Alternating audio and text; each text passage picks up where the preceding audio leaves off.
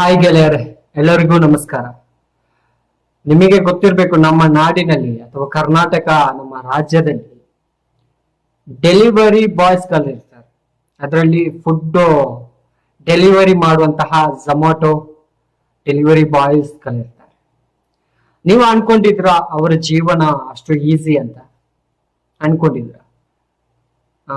ಅವರಿಗೆ ಒಳ್ಳೆ ಲಾಭ ಇದೆ ಅಂತ ನೀವು ಅನ್ಕೊಂಡಿದ್ರ? ಯಾಕೆಂತ ಕೇಳಿದ್ರೆ, ಒಂದು 6 ತಿಂಗಳ ಕಾಲ ನಾನು ಝೊಮ್ಯಾಟೊ ಬಾಯಿ ಆಗಿ ಕೆಲಸ ಮಾಡಿದ್ದೆ. ಕೆಲಸ ಇಲ್ಲ, ಕೈಯಲ್ಲಿ ದುಡ್ಡೇ ಇಲ್ಲ. ಆ ಸಂದರ್ಭದಲ್ಲಿ ಎಲ್ಲ ಯುವಕರು ಸೈಡ್ ಬಿಸ್ನೆಸ್ ಅಂತ ಮಾಡಿಕೊಂಡು ಅದರಲ್ಲಿ ಝೊಮ್ಯಾಟೊ ಬಾಯ್ ಆಗಿ ಕೆಲಸ ಮಾಡುವಂತಹ ಸಂದರ್ಭ.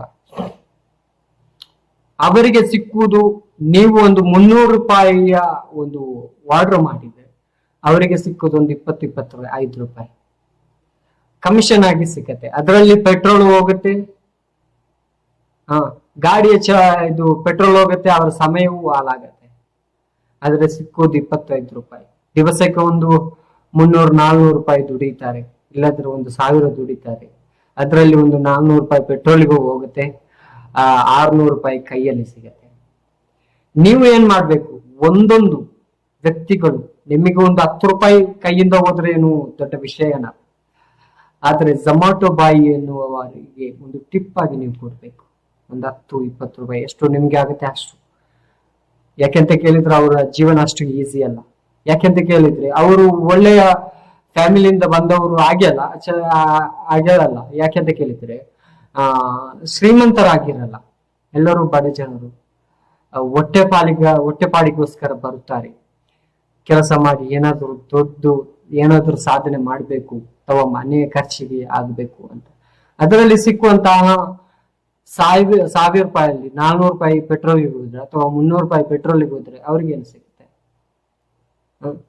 ಈಗಿನ ಕಾಲದಲ್ಲಿ ಒಂದು 700 ರೂಪಾಯಿಲಿ 700 ರೂಪಾಯಿ ಬಿಟ್ಟು 1000 ಅನ್ಕೊಳ್ಳಿ, 1000 ರೂಪಾಯಿಲಿ ಇದು ಖರ್ಚು ನಡೆಯುತ್ತಾ? ಇಲ್ಲಲ್ವ?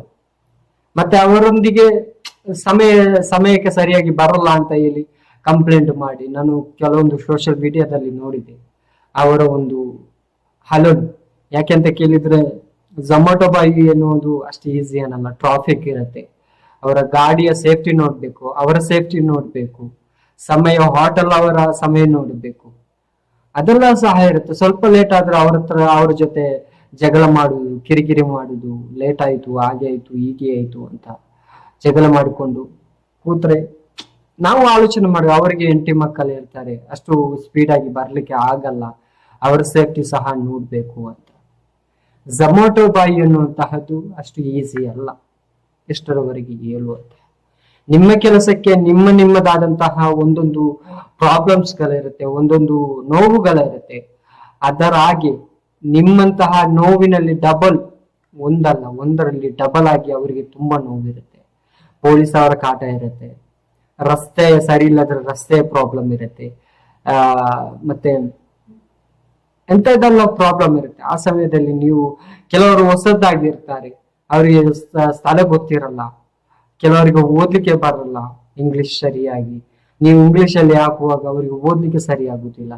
ಅಂತಹ ಪ್ರಾಬ್ಲಮ್ಸ್ ಇರುತ್ತೆ. ಅವರಿಗೆ ಅಡ್ರೆಸ್ ಹುಡುಕುವಂತಹ ಕೆಲಸ ತುಂಬಾ ಕಷ್ಟವಾಗತ್ತೆ.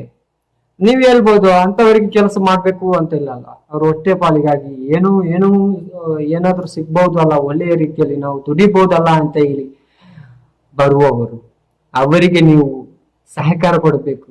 10-20 ಕೊಟ್ಟು ಏನಾದ್ರು ಅಷ್ಟೇ ಹೇಳಿಕೆ ಇಷ್ಟಪಡುವುದು. ಜೈ ಹಿಂದ್. ಯಾಕೆಂತ ಕೇಳಿದ್ರೆ, ನಾನು ಮಾತು ನಿಲ್ಲಿಸ್ಬೇಕು ಅಂತ ನಾನು ಭಾವಿಸ್ತೇನೆ. ಆದ್ರೆ ಅವರ ಝೊಮ್ಯಾಟೊ ಬಾಯ್ ಇದೆಯಲ್ಲ, ಡೆಲಿವರಿ ಬಾಯ್ಸ್ ಇರ್ತಾರಲ್ಲ, ಅವರ ನೋವುಗಳು ನಮ್ಮ ಹತ್ರ ಹೇಳಿದಾಗ ನಾವು ಸುಮ್ಮನೆ ಕೂತ್ಕೊಳ್ಳಿಕ್ಕೆ ಆಗಲ್ಲ. ಯಾಕಂತ ಕೇಳಿದ್ರೆ, ಒಂದು ಸೋಷಿಯಲ್ ಮೀಡಿಯಾ ಪ್ಲಾಟ್ಫಾರ್ಮ್ ಅಲ್ಲಿ ತುಂಬಾ ಮಂದಿ ನೋಡ್ತೀರಾ, ನಿಮ್ಮ ಮನೆಗೆ ಝೊಮ್ಯಾಟೊ ಬಾಯ್ಗಳು ಬರ್ತಾರೆ ಡೆಲಿವರಿ ಮಾಡ್ಲಿಕ್ಕೆ. ಆ ಸಂದರ್ಭದಲ್ಲಿ ನೀವು ಅವರಿಗೆ ಒಂದು ಸಮಾಧಾನದ ಮಾತು ಅಥವಾ ಒಂದು ನೀರು ಕೊಟ್ಟು ಅವರಿಗೆ ಒಂದು 10 ರೂಪಾಯಿ ಚಾಯ್ ಕುಡಿ ಅಂತ ಕೊಟ್ರೆ ಅವರಿಗೆ ಖುಷಿ ಆಗುತ್ತೆ.